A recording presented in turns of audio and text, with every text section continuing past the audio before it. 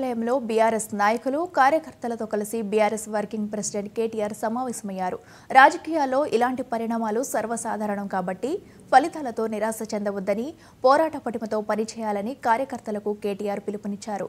ప్రలోభాలకు లోను కాకుండా ఎమ్మెల్యేగా గెలిపించిన నియోజకవర్గ ప్రజలకు కేటీఆర్ ధన్యవాదాలు తెలిపారు.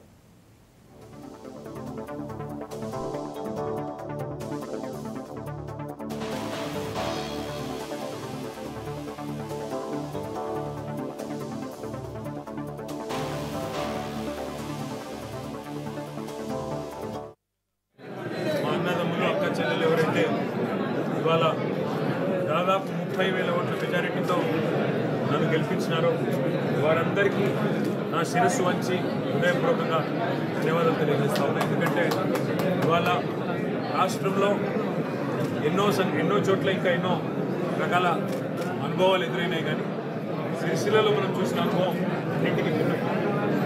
ఎవరు ఎన్ని రకాల ప్రలోభాలు పెట్టినా, ఎన్ని రకాల కుట్రలు చేసినా వాళ్ళ సిరిసిల్ల ప్రజలు మాత్రం మళ్ళీ ఒక్కసారి అభివృద్ధికే పట్టం కట్టినందుకు, సంక్షేమానికి పట్టం కట్టినందుకు వారికి హృదయపూర్వకంగా నా ధన్యవాదాలు.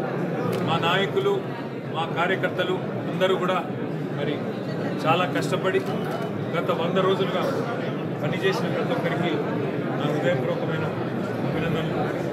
గ్రామీణ స్థాయిలో ఉండే కార్యకర్తల నుంచి మొదలు పెడితే పట్టణంలో ఉండే కార్యకర్తల దాకా ప్రతి ఒక్కరూ నిర్విరామంగా గత 100 రోజులు పనిచేయడం వల్లనే ఇది సాధ్యమైంది. అయితే ఎన్నికల్లో అప్పుడప్పుడు ఇట్లాంటి అనుకోని ఫలితాలు రావడం సహజం. కాబట్టి ఈ ఫలితాలతో నిరాశ చెందవద్దని, ఎందుకంటే ఈ ఫలితాలు ఏవైతే వచ్చినాయో కొన్ని ప్రత్యేక పరిస్థితుల్లో ఇట్లాంటి ఫలితాలు వచ్చినాయి నేనైతే అనుకుంటా ఉన్నాను.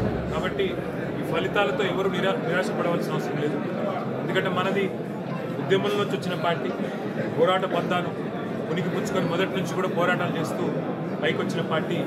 మరి కేసీఆర్ గారి నాయకత్వంలో ఆనాడు టీఆర్ఎస్గా ఉన్నా, ఈరోజు బీఆర్ఎస్గా ఉన్నా, పోరాటాల నుంచే వచ్చిన పార్టీ. కాబట్టి పోరాటం మాకు కొత్త కాదు, కొట్లాడటం మాకు కొత్త కాదు.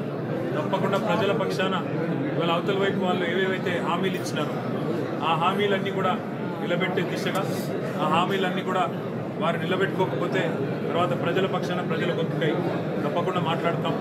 ఇప్పుడు మాత్రం ఒకటి వాస్తవం, వాళ్ళ రాష్ట్రంలో మాకు కూడా గత 3 రోజులుగా ఫీడ్బ్యాక్ వస్తుంది. అయ్యో కేసీఆర్ గారు ముఖ్యమంత్రిగా లేరా, ఈ ప్రభుత్వం పోయిందా అనే మాట ఇవాళ కాంగ్రెస్ పార్టీ ఓటేసిన ఓటర్లు కూడా చెప్తా ఉన్నారు. సరే జరిగింది ఏంటి అనేది పక్కన పెడితే ఇది వాస్తవం. కాంగ్రెస్ పార్టీ ఓటేసిన వాళ్ళు కూడా ఇవాళ మాకు చాలామంది మెసేజ్లు పంపుతా ఉన్నారు, చాలామంది వీడియోలు పంపుతా ఉన్నారు. అన్న ఇట్లా జరిగింది.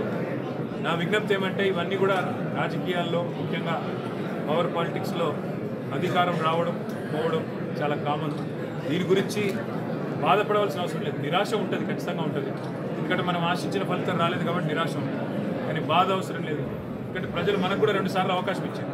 కాబట్టి దానికి బాధపడవలసిన అవసరం కానీ, భయపడవలసిన అవసరం కానీ అంతకంటే లేదు. ముందు బిడ్డలందరికీ ముఖ్యంగా